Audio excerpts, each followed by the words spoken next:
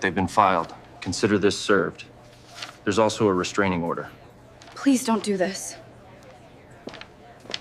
Marriage is like a software update. You hope it'll fix things, but mostly it just breaks new stuff you didn't even know was working. Before we dive deeper into this story, I have one small request. Please subscribe, drop a like, comment, and hit that hype button to boost this channel so more people can discover these incredible Reddit stories. My name is Will Grady, and I'm 37 years old with a receding hairline that my wife Fiona says makes me look distinguished. What she really means is old, but I appreciate the diplomatic phrasing. I manage IT projects for a mid-sized company in Dallas, which means I spend my days explaining to people why their computers aren't magic, and my nights wondering when my own life stopped making sense. Fiona is 35, works in HR for a Fortune 500 company, and has the kind of looks that make other men glance twice when we're out together. She's got auburn hair that catches light like fire, green eyes that could sell ice to Eskimos, and a smile that used to make me forget my own name. These days, that smile feels more like a weapon than a gift. We've been married for 8 years, and somewhere along the way, we stopped being a team and started being roommates who occasionally argued about whose turn it was to take out the trash. The spark didn't die. It got smothered under mortgage payments, work stress, and the slow realization that we'd become strangers, sharing a Netflix password. "You're working late again tonight?" I asked her over breakfast this morning, watching her scroll through her phone instead of eating the eggs I'd made. "Client dinner," she said without looking up. "Important merger stuff. You wouldn't understand." There it was, that casual dismissal that had become her signature move. I wouldn't understand, because I'm just an IT guy, not a high-powered HR executive who wears designer suits and makes decisions that affect people's lives. Never mind that I make more money than she does, or that my simple job requires me to understand complex systems and solve problems under pressure. In Fiona's world, if it doesn't involve corporate politics and power lunches, it doesn't matter. "Right," I said, taking a sip of coffee that suddenly tasted bitter. "Well, try not to let the merger talk get too exciting. Wouldn't want you to have too much fun without me." She finally looked up, and for a second I saw something flicker in her eyes. Guilt? Annoyance? It was gone before I could identify it. "Don't be dramatic, Will. It's just work." Just work. That phrase had become her answer for everything lately. Late nights at the office? Just work. Weekend conferences in cities with great shopping? Just work. Phone calls that made her laugh in ways she hadn't laughed with me in months? Just work. I watched her grab her purse and keys, plant a perfunctory kiss on my cheek, and head for the door. Her perfume lingered after she left, something new and expensive that I hadn't bought for her. When I asked about it last week, she said it was a gift from her work friends for her birthday. Funny thing was, her birthday wasn't for another 3 months. The house felt different when she was gone. Quieter, but also more honest somehow. The walls didn't have to pretend everything was fine. I could admit that I'd started dreading her coming home, that conversations with my wife had become exercises in careful diplomacy, and that I was beginning to suspect the woman I married had been replaced by someone who looked exactly like her, but had the emotional range of a corporate mission statement. My phone buzzed with a text from Carlos, my best friend since college, and the only person who still laughed at my jokes. "Beer tonight? You look like you need it." Carlos owned a bar in Deep Ellum called The Alibi, which was either the most honest name for a bar in Dallas or the most ironic, depending on your perspective. He had a gift for reading people, and an even better gift for knowing when they needed alcohol and a friendly ear. "Fiona's working late anyway," I texted back. "See you at 8.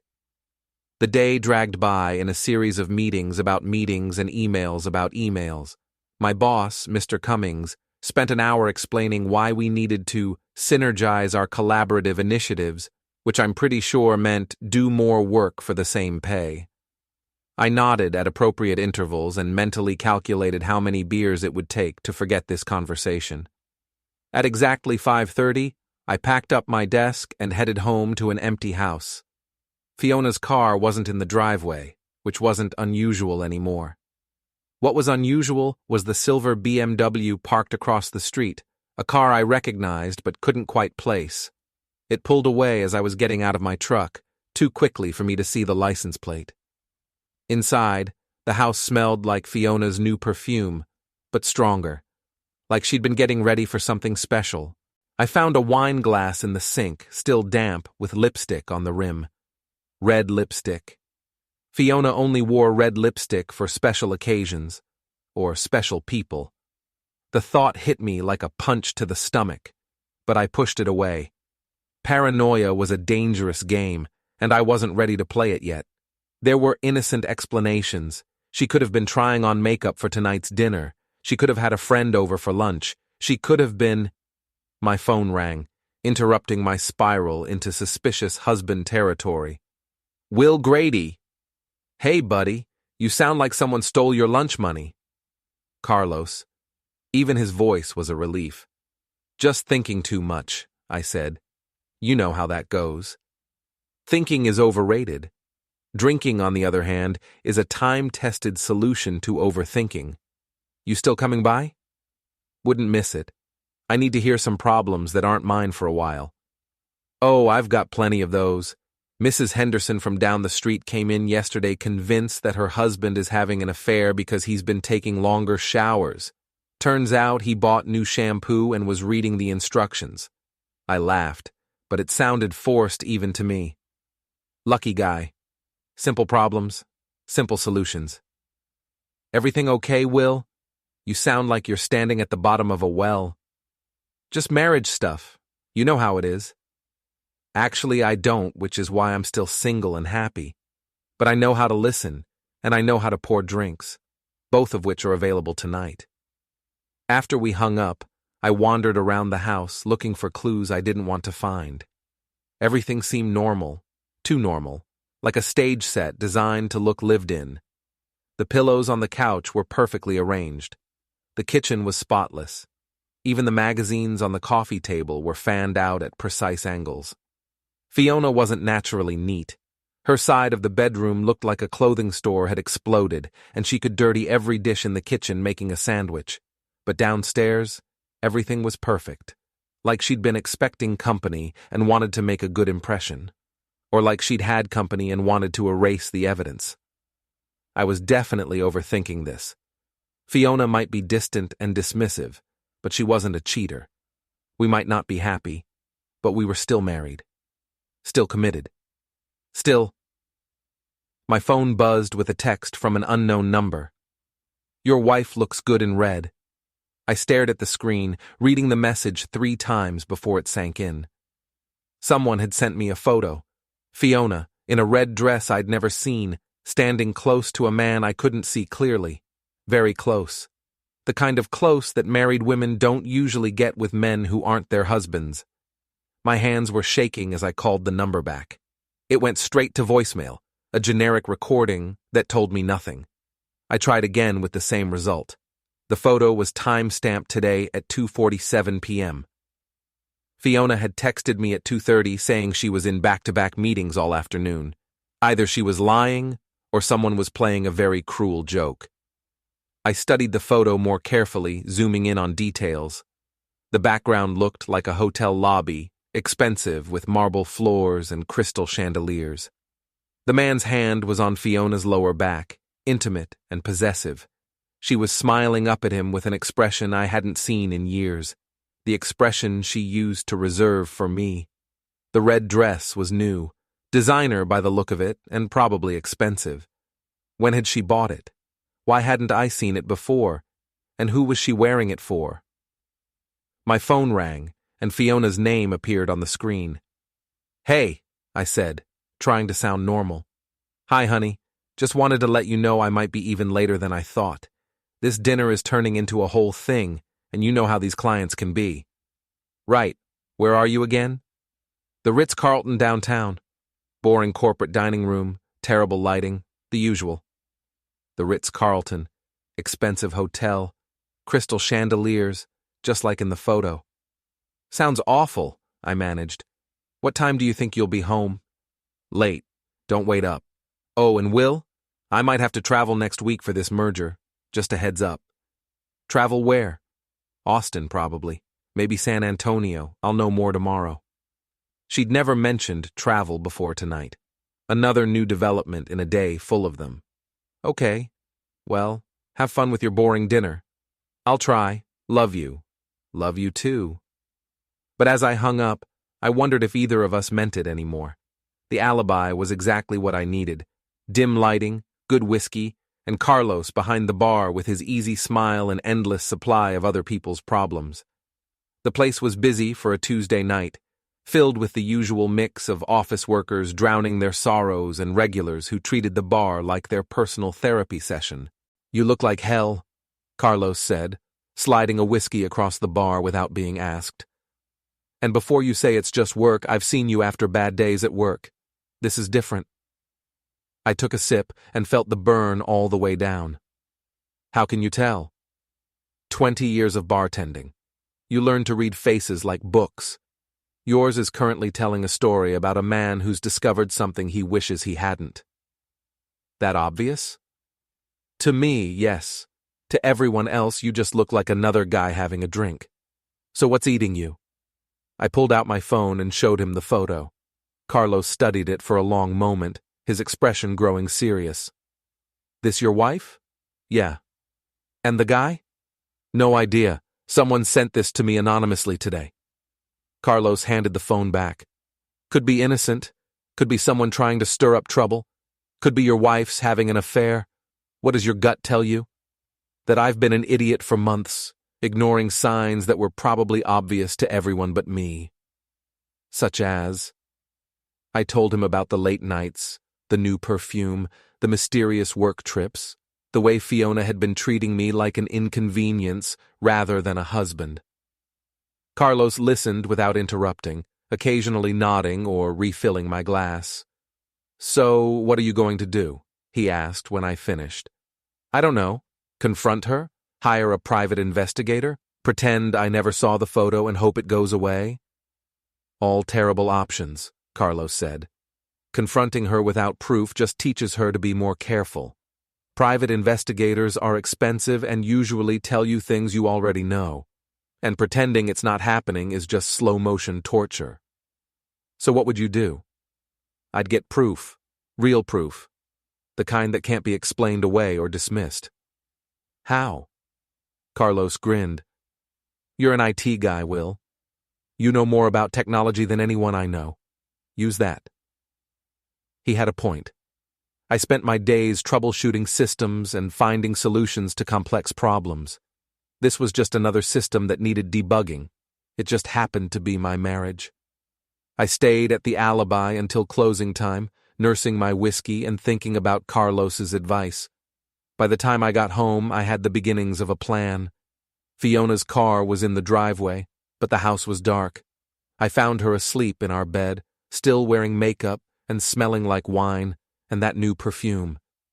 She stirred when I got in beside her but didn't wake up. The next few days followed a pattern. Fiona would leave for work with vague explanations about her schedule.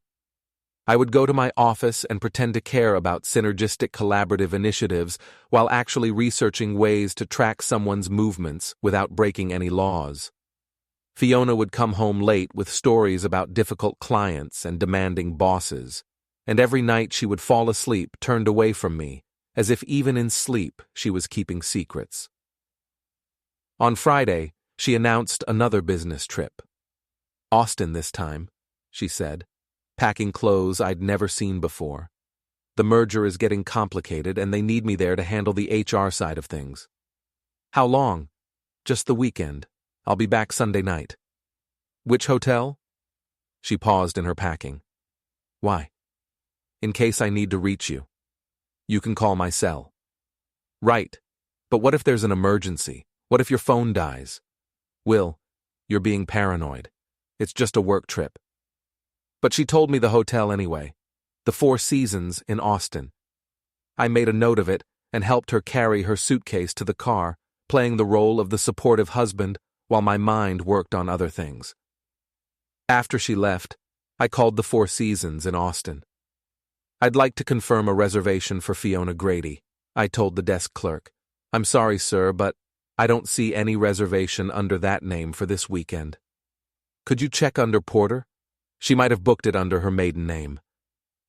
"No reservation under Porter either, sir." I thanked her and hung up.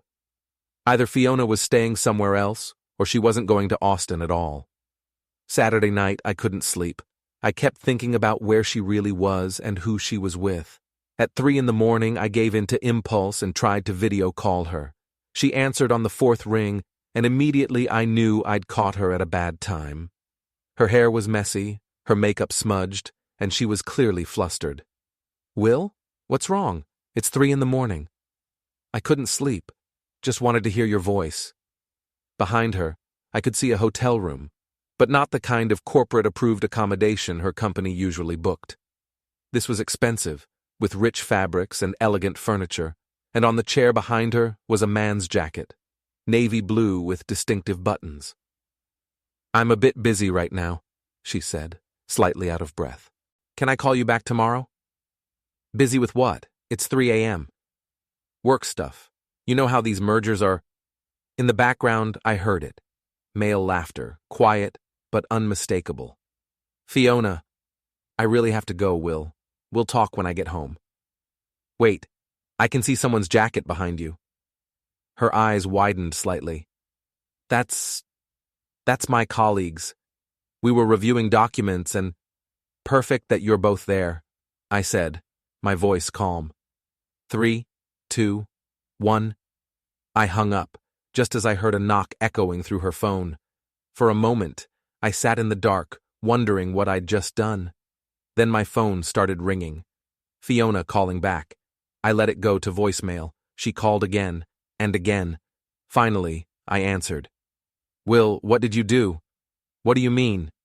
"Someone's at the door. Hotel security and oh God, is that Miranda?" Miranda, Jake Porter's wife.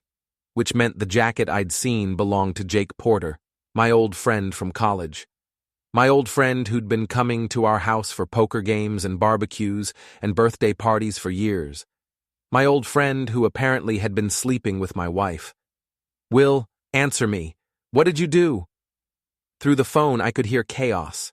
Shouting, multiple voices, a woman screaming, Miranda presumably, having found her husband in a hotel room with my wife. "I called his wife," I said simply. Seemed like the right thing to do. "You bastard! You had no right—" "Actually, I had every right. You're my wife. Or were, anyway." The line went quiet except for the background noise of what sounded like a full-scale domestic incident. Then Fiona's voice, small and scared. "Will, I can explain—" "No need," I said. "I think Miranda's explaining it for you." I hung up and turned off my phone. For the first time in months, I slept like a baby. I woke up Sunday morning to 17 missed calls and 43 text messages. Most were from Fiona, ranging from angry to pleading to desperate. A few were from numbers I didn't recognize, and one was from Miranda Porter. "We need to talk, today." I made coffee and checked the local news websites while deciding whether to turn my phone back on. Nothing yet, but it was early. I had a feeling that would change soon. At 10 a.m., my doorbell rang. I opened it to find Miranda Porter standing on my porch, looking like she hadn't slept all night. Her usually perfect blonde hair was pulled back in a messy ponytail, and her eyes were red-rimmed but fierce. "Can I come in?" I stepped aside and let her into my living room. She looked around like she was seeing it for the first time, even though she'd been here dozens of times for parties and dinners. "Coffee?" I offered. "God, yes." I poured 2 cups and sat across from her at the kitchen table. For a moment, we just looked at each other, 2 people whose lives had been blown apart by the same betrayal. "How long did you know?" she asked finally. I suspected for a few weeks, had proof for about 3 days. "Why didn't you call me sooner?" I wasn't sure, and honestly, I hoped I was wrong. Miranda laughed, but there was no humor in it. I knew for months, Jake's not as smart as he thinks he is. New cologne, mysterious phone calls, credit card charges at restaurants I'd never been to. But I kept telling myself I was being paranoid. What happened last night? I followed him. He said he was going to Austin for a client meeting, but I tracked his phone. When I saw he was at the Hyatt downtown instead, I put two and two together. The Hyatt? Fiona told me she was in Austin too. They're not very creative, are they? Miranda took a long sip of coffee. I went to the hotel with a can of gasoline I keep for the lawnmower, called hotel security and told them there was a domestic disturbance in room 1247. When they knocked on the door, I was right behind them. And?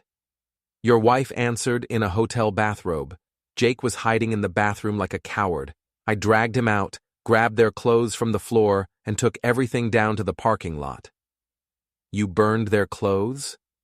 Everything. Clothes, shoes, Jake's wallet, your wife's purse. Made quite a bonfire in the hotel parking lot before the fire department showed up. I couldn't help but smile. That's actually brilliant. The police arrested all three of us. Jake and your wife for public indecency and disturbing the peace. Me for arson and destruction of property. But here's the thing. I called my lawyer before I went to the hotel. She bailed me out this morning and got the charges reduced to a misdemeanor. Jake and your wife spent the night in jail. Are they still there? No, Jake's boss bailed them out an hour ago, but the damage is done. The arrest is public record. The hotel has security footage. And I made sure to live stream the whole thing on Facebook before the police took my phone. My phone started ringing. I glanced at the screen. Fiona. You should answer that, Miranda said. Put it on speaker. I did. Will, thank God. Where are you? I need you to come get me. Where are you? Downtown police station. There was a misunderstanding last night, and I need... No misunderstanding, I interrupted. I saw Jake's jacket in your hotel room. I heard him laughing in the background, and apparently half of Dallas saw you two getting arrested for public indecency. Silence. Will, please, let me explain. Here's the thing, Fiona. I don't want an explanation. I want a divorce. You can't be serious. Pretty serious. In fact, I'm on my way to the police station right now. Not to pick you up, to serve you with papers. Miranda grinned and gave me a thumbs up. Will, you're being ridiculous. This whole thing is blown out of proportion. The whole thing is adultery, which, in case you forgot, is grounds for divorce in Texas. And thanks to your little hotel adventure, I have all the proof I need. I hung up and looked at Miranda. Want to come with me? I have a feeling this is going to be fun. An hour later, we walked into the downtown police station like we owned the place. Fiona was sitting on a bench in the lobby, looking like she'd been through a blender. Her expensive red dress was wrinkled and stained.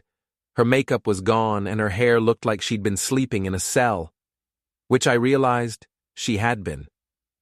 Jake was next to her, wearing a Dallas PD t-shirt that was 3 sizes too big and looking like he wanted to disappear into the floor. Fiona Grady? I said formally. She looked up, hope flickering in her eyes. Will, thank God you've been served. I handed her the divorce papers and turned to Jake. Jake Porter? Will, man, let me explain. You've been served too. I handed him a cease and desist letter that Miranda's lawyer had drawn up, ordering him to stay away from both Miranda and me. This is insane, Fiona said, standing up and clutching the papers. You can't just... Actually, I can. Adultery is a tort in Texas, which means I can sue both of you for damages, emotional distress, loss of consortium, alienation of affection, the works. Jake finally found his voice. Will, we've been friends since college. Friends don't sleep with friends' wives, I said. But don't worry. I'm sure you'll have plenty of time to think about friendship when you're explaining to your boss why you got arrested in a hotel room with someone else's wife. You told his boss? Fiona asked, horrified. I didn't have to, Miranda said sweetly. The arrest report is public record, and Jake's boss follows me on Facebook, so he saw the live stream. Jake's face went white. You live-streamed it? Every second, from the hotel room door to the parking lot bonfire. It's got over 50,000 views so far. My job is probably gone, I finished. But hey, at least you'll have more time to spend with Fiona. Oh wait, she'll probably be job hunting too once her HR department sees the video. Fiona sank back onto the bench, the reality of the situation finally hitting her. Will, please, we can work this out. Go to counseling. Start over. No, I said simply. We're done. The papers give you 30 days to move out of the house and find a lawyer. I suggest you start looking. As we walked away, I heard Jake call out behind us. Will, you're making a mistake. This isn't over. I turned around and smiled. You're right. It's not over. It's just getting started. 2 weeks later, the fallout was everything I'd hoped for and more. Fiona had been asked to resign from her job after the HR department decided that being arrested for public indecency wasn't compatible with their company values. Jake had been fired outright when his boss realized that half his clients had seen the Facebook live stream of him being dragged naked from a hotel bathroom. Miranda and I had become unlikely allies, bonding over our shared experience of betrayal and our mutual desire for revenge.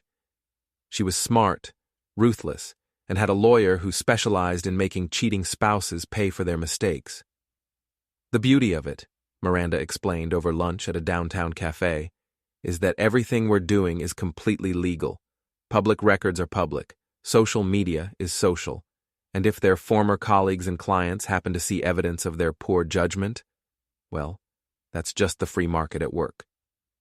Fiona's been calling me non-stop, I said, begging me to reconsider, promising to change, threatening to take me for everything I'm worth. What did you tell her? That she's welcome to try, but adultery is a fault-based ground for divorce in Texas, which means she gets nothing except whatever debt she can prove she didn't contribute to. Miranda smiled. Jake tried the same thing with me, claimed he deserved half of everything because we were married for 12 years. My lawyer explained that adultery tends to complicate those calculations.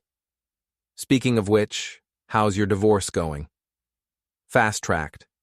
Turns out judges don't like cheating spouses any more than the rest of us do. I should be officially free within a month. And Jake? Living in a studio apartment in Garland with a roommate who sells insurance and collects action figures. His car got repossessed last week. I felt a stab of satisfaction. Jake had always been proud of his BMW and his downtown loft. Seeing him reduced to public transportation and shared living space felt like justice. There's something else, Miranda said, lowering her voice. My lawyer found some interesting information about their hotel stays. Such as? They've been meeting at the Hyatt every Friday afternoon for 3 months, always the same room, always paid for with Jake's credit card, which means this wasn't a one-time mistake. It was a sustained affair. 3 months? The betrayal felt fresh all over again. 3 months of lies, of Fiona coming home and kissing me hello while she was cheating on me with my friend. There's more. Jake's been using his business credit card to pay for the hotels, which means he was essentially stealing from his company to fund his affair with your wife. That's embezzlement. That's what my lawyer said. She's already forwarded the information to Jake's former employer and the district attorney's office. I sat back in my chair, amazed. You're going to get him arrested again? I'm going to let the legal system decide if what he did was criminal. I'm just providing information. Remind me never to cheat on you. Miranda laughed. We're not dating, Will. We're just two people who happen to share a common interest in making our ex-spouses miserable. Fair enough. So, what's next? I'm thinking we need to get creative. Legal, but creative. That afternoon, Miranda and I drove to Jake's new apartment complex in Garland. It was a far cry from his old downtown loft, a run-down complex with peeling paint and a parking lot full of cars that had seen better days. There, Miranda said, pointing to a beat-up Honda Civic with a for sale sign in the window. Jake's new ride. That's his car? Bought it from a used car lot for $3,000. Cash, because his credit is shot. I studied the car. It was pathetic compared to the BMW he used to drive, but it was still transportation, still freedom, still more than he deserved. "What are you thinking?" I asked. Miranda smiled and pulled a bag from her back seat. "Ever heard of biodegradable glitter?" "No. It's environmentally friendly, completely legal, and absolutely impossible to clean out of fabric or carpet." She also had a bag of fish food and a bottle of liquid that smelled like low tide. "Fish attractant," she explained. "Completely harmless to humans, but it'll make his car smell like a bait shop for months." We waited until dark, then made our move. Miranda kept watch while I poured the glitter through the car's air vents and spread the fish attractant on the seats and floor mats. The smell was overwhelming even to me, and I was trying not to breathe through my nose. "How long will this last?" I whispered. "The smell? Weeks. The glitter? Forever. It'll be in his clothes, his hair, his apartment. Every time he moves, he'll sparkle like a disco ball." We were finishing up when Jake appeared at his apartment door, apparently taking out trash. He saw us immediately. "What the hell are you doing to my car?" "Public parking lot," Miranda called back cheerfully. "We're not touching your car. We're touching the air around your car." Jake started walking toward us, and I felt a surge of anger. 3 months of sneaking around with my wife, and now he had the nerve to act like the victim. "You need to stop this," he said when he reached us. "Both of you. This harassment has to end." "Harassment?" I stepped closer to him. "You want to talk about harassment? How about harassing my marriage for 3 months? How about harassing my trust, my friendship, my entire life?" "Will, man, I'm sorry. It just happened. It just happened every Friday for 3 months." Jake's face flushed. "You don't understand. Fiona and I, we have a connection." I slapped him. It wasn't planned. It wasn't premeditated. It was just pure instinctive reaction to hearing him talk about his connection with my wife like it was something beautiful instead of something that had destroyed 2 marriages. Jake staggered backward, more from shock than force. "You hit me! And I'll do it again if you don't shut up about your connection with my wife. She's not your wife anymore. She's not yours either. She's nobody's wife because she's a cheating liar who destroyed her marriage for hotel room intimacy with a pathetic loser who can't afford his own apartment." Jake lunged at me, but Miranda stepped between us. "Gentlemen," she said calmly, "we're in a public parking lot with security cameras. I suggest we all take a step back and remember that assault charges would complicate everyone's divorce proceedings." Jake looked at me with pure hatred. "This isn't over, Will." "You're right," I said. "It's not.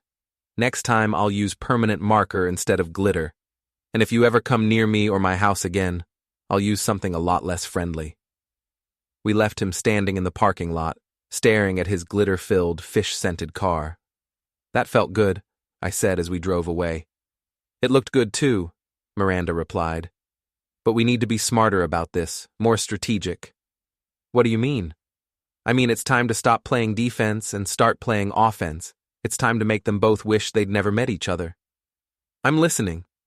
Miranda smiled, and for the first time since this whole mess started, I felt like I was on the winning team.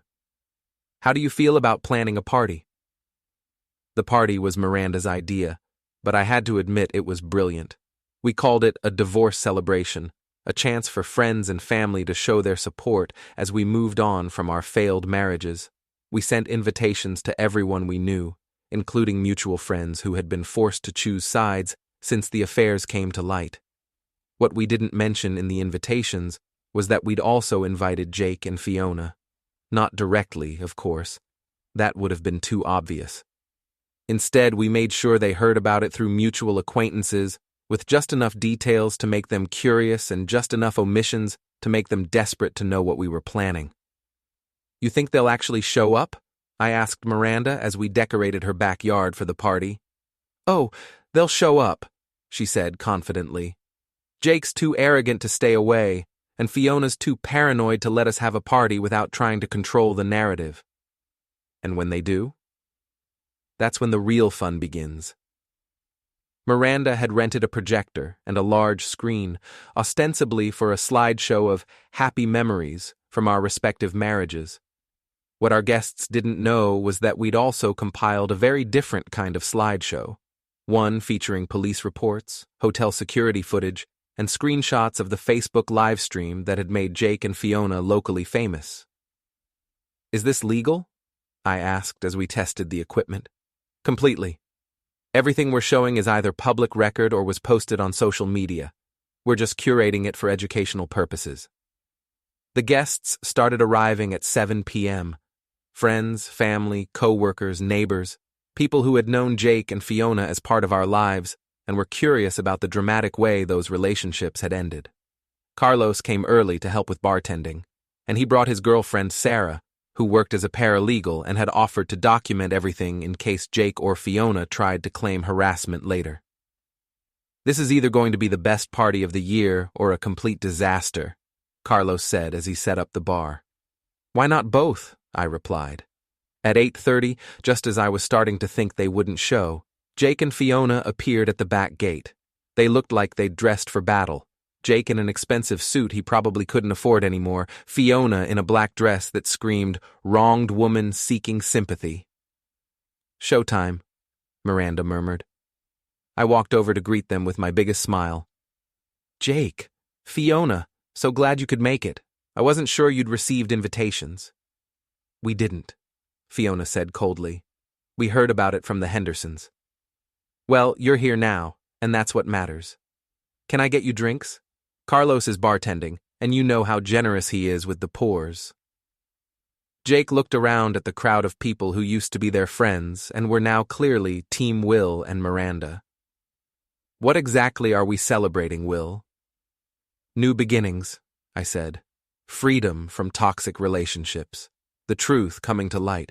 You know, the usual reasons people throw parties." Before either of them could respond, Miranda called for everyone's attention. "Ladies and gentlemen, thank you all for coming tonight.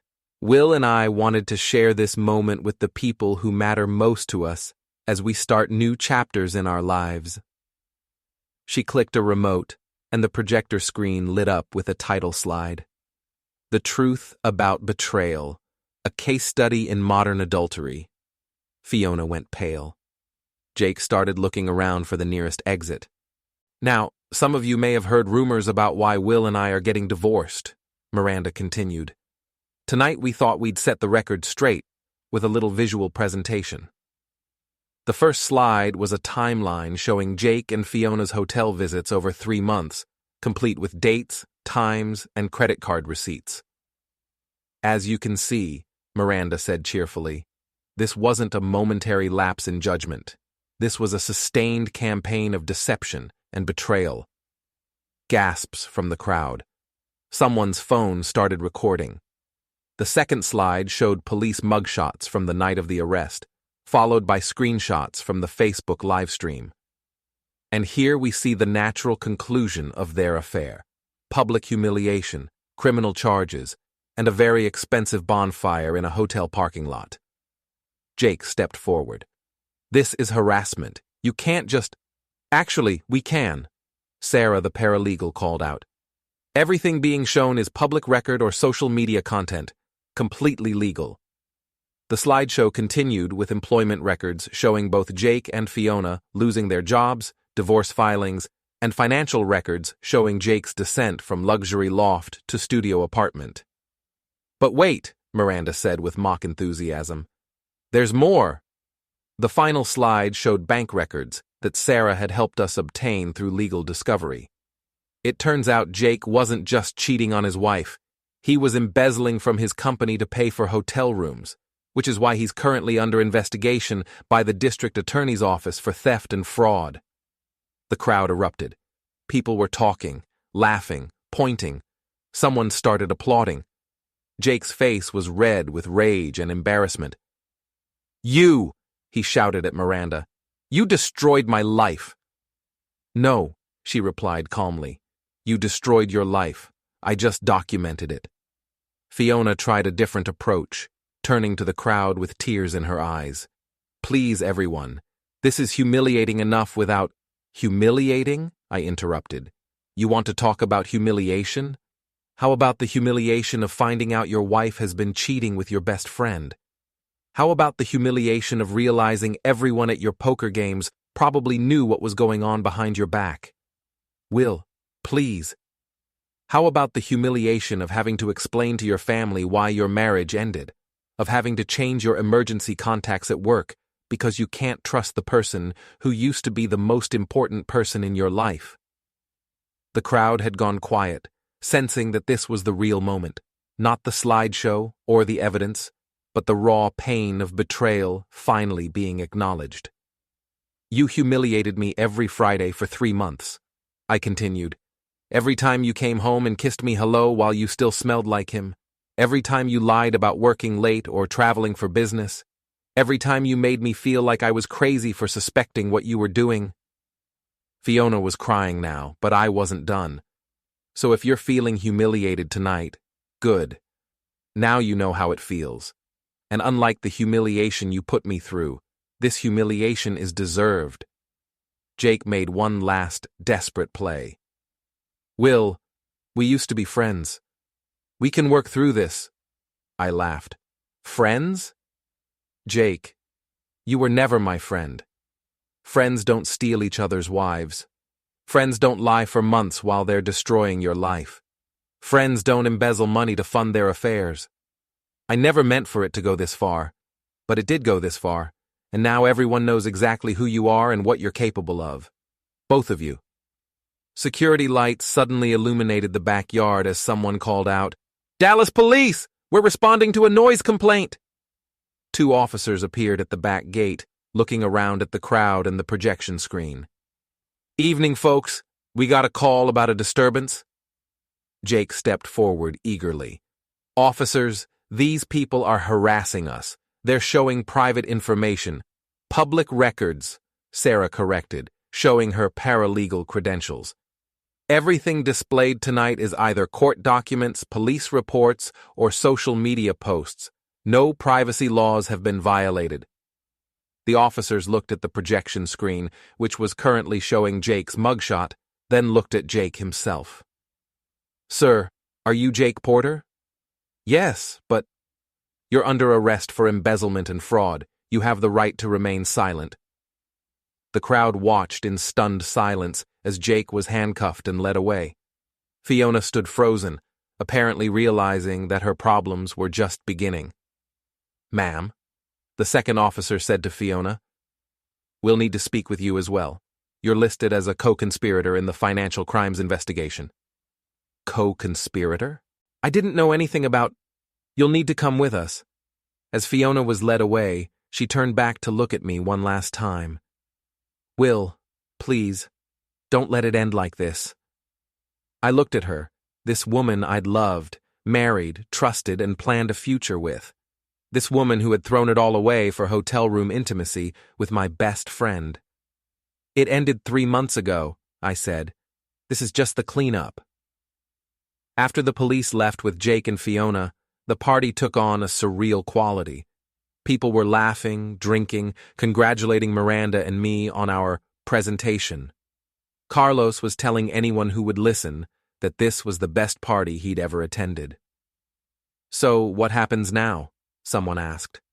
Miranda and I looked at each other and smiled. "Now," she said, "we get on with our lives. Without cheating spouses, without toxic relationships, and without people who think betrayal is just another word for romance." "And Jake and Fiona?" "Jake's looking at felony charges for embezzlement," I said. "Fiona's looking at being called as a witness in his trial. They're both looking at bankruptcy, unemployment, and the kind of reputation that follows you around for years." "Seems like justice," someone said. "No," I replied. "Justice would be if none of this had happened in the first place. This is just revenge. But sometimes revenge is the best you can do." The party wound down around midnight. As the last guests left, Miranda and I sat on her back porch, sharing a bottle of wine and watching the projection screen cycle through photos of our old lives. The marriages that had seemed so solid, the friendships that had seemed so real, the future that had seemed so certain. "Any regrets?" Miranda asked. I thought about it. 3 months ago, I'd been married to a woman I thought I loved, best friends with a man I thought I could trust, living a life I thought was real. Tonight, both of them were in jail, my marriage was over, and I was sitting in my ex-friend's ex-wife's backyard planning a future I'd never imagined. "No," I said finally. "No regrets at all." "Good," Miranda said, "because I have a feeling this is just the beginning." She was right. Jake and Fiona's legal troubles were just starting.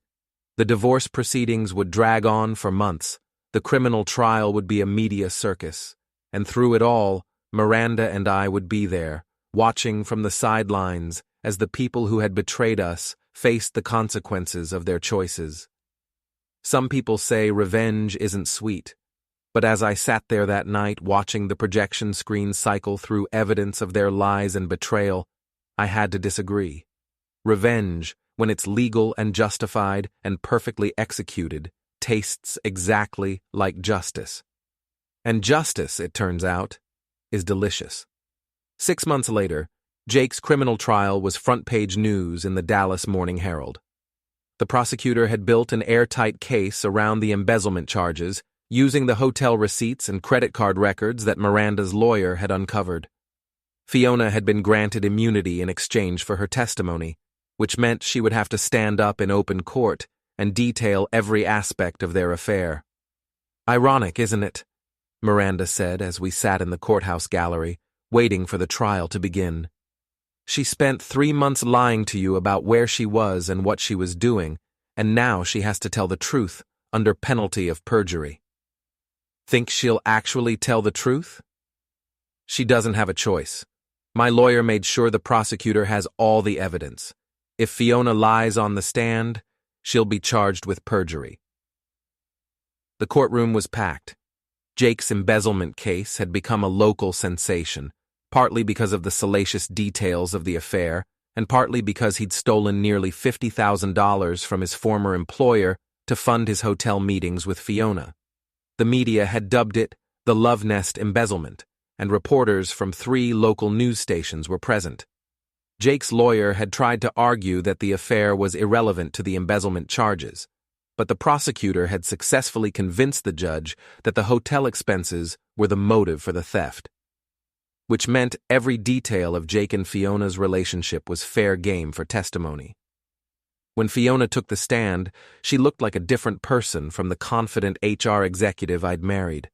Her hair was shorter and darker, her clothes were off the rack instead of designer, and she had the hollow look of someone who hadn't been sleeping well. "State your name for the record," the prosecutor said. "Fiona Marie Grady." Hearing her use my last name felt like a punch to the stomach. Our divorce had been finalized 2 months ago, but she apparently hadn't gotten around to changing her name back. "Mrs. Grady, how do you know the defendant?" "He is a friend of my ex-husband's. They went to college together." "When did you first begin a romantic relationship with Mr. Porter?" Fiona glanced at Jake, who was staring at the table in front of him. "About 8 months ago." 8 months. Not 3 months like we'd thought, but 8. 8 months of lies and deception while I was planning our future and trusting both of them. "Where did these romantic encounters typically take place?" "Hotels, usually the Hyatt downtown." "How often?" "Once or twice a week." The prosecutor walked her through the timeline, using hotel receipts and credit card statements to document each meeting. Jake's business credit card had paid for dozens of hotel rooms, room service meals, and even spa treatments. "Did you know that Mr. Porter was using his company credit card to pay for these hotel rooms?" "Not at first, but I found out later." "When did you find out?" "About 3 months before we were arrested." "And did you continue the relationship after learning that he was essentially stealing money to fund your affair?" Fiona's lawyer objected, but the judge overruled him. "Yes," Fiona said quietly. "Why?" For the first time, Fiona looked directly at me in the gallery. Because I thought I was in love with him. The prosecutor spent 2 hours walking Fiona through every detail of the affair. The lies she told me, the excuses she made for her absences, the way she and Jake coordinated their stories to avoid suspicion. By the time she was finished, there wasn't a person in the courtroom who didn't understand exactly how calculated and deliberate their betrayal had been. Jake's lawyer tried to rehabilitate his client during cross-examination, suggesting that he was a man who had made mistakes in the name of love. But the financial evidence was overwhelming, and Jake's decision to use company money for personal expenses was indefensible. The jury deliberated for less than 2 hours. Guilty on all counts.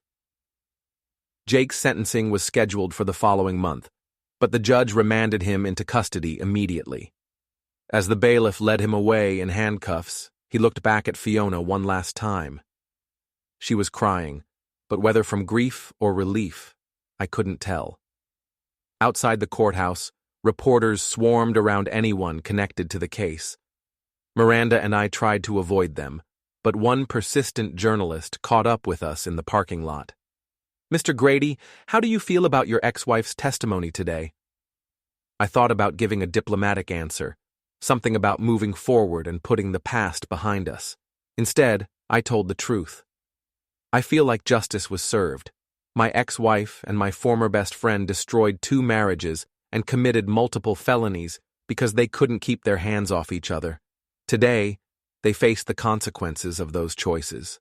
Do you have any sympathy for them? None whatsoever. They made their choices with full knowledge of what they were risking. They gambled with other people's lives and lost. That's not tragic. That's predictable. What's next for you? I looked at Miranda, who smiled and took my hand. What's next is living an honest life with honest people. What's next is never having to wonder if the people I trust are lying to me. What's next is being happy. The reporter turned to Miranda. "Mrs. Porter, do you have anything to add?" "Just that actions have consequences," she said. "My ex-husband and Mr. Grady's ex-wife thought they could lie and cheat and steal without paying a price. Today proved them wrong." That evening, Miranda and I went to the Alibi to celebrate with Carlos and Sarah. The bar was busy, but Carlos had reserved a corner booth for us, complete with a bottle of champagne. "To justice," Carlos said, raising his glass. "To revenge," Miranda corrected. "To the truth," I added. We drank to all 3. "So what's the damage?" Sarah asked.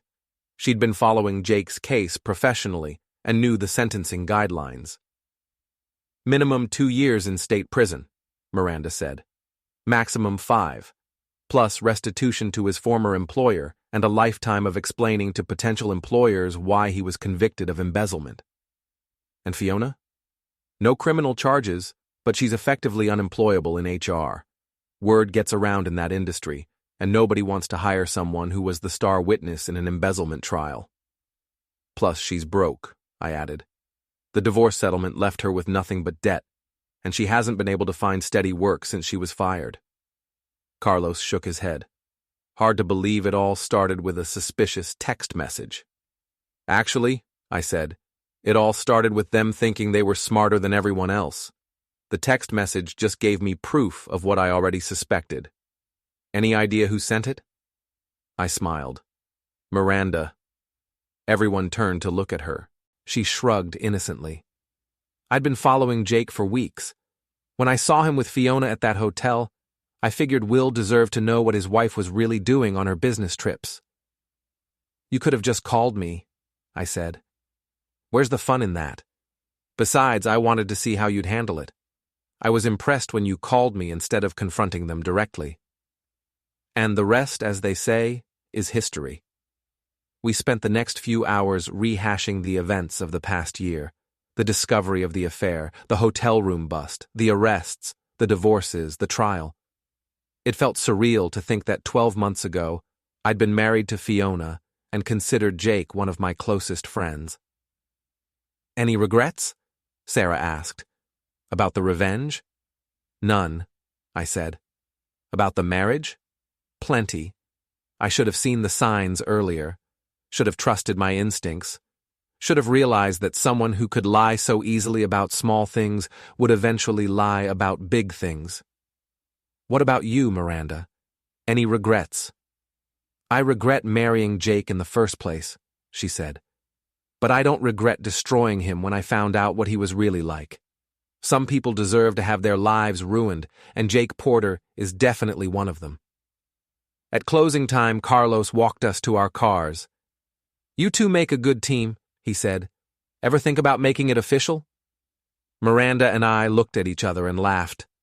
We're both too damaged for romance right now, I said, but we make excellent partners in revenge. Besides, Miranda added, we've got Jake's sentencing hearing next month and Fiona's bankruptcy proceedings to look forward to. Why rush into anything when we're having so much fun destroying our exes?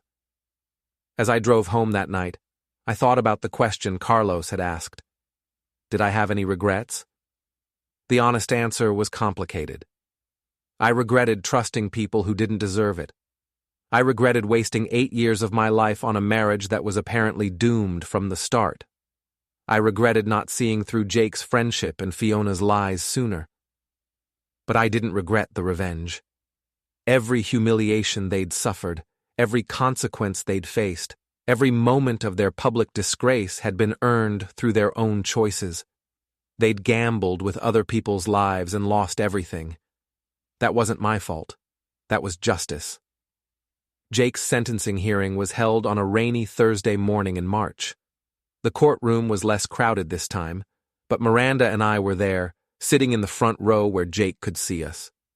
The judge sentenced him to 3 years in state prison and ordered him to pay full restitution to his former employer. As the bailiff led him away, Jake looked directly at me. I hope you're happy, he said. I am, I replied. Finally. After the hearing, Miranda and I walked out of the courthouse together, past the reporters and cameras, past the crowd of curious onlookers who had followed the case in the local media. So what now? She asked. Now we get on with our lives, I said. We've spent a year making them pay for what they did to us.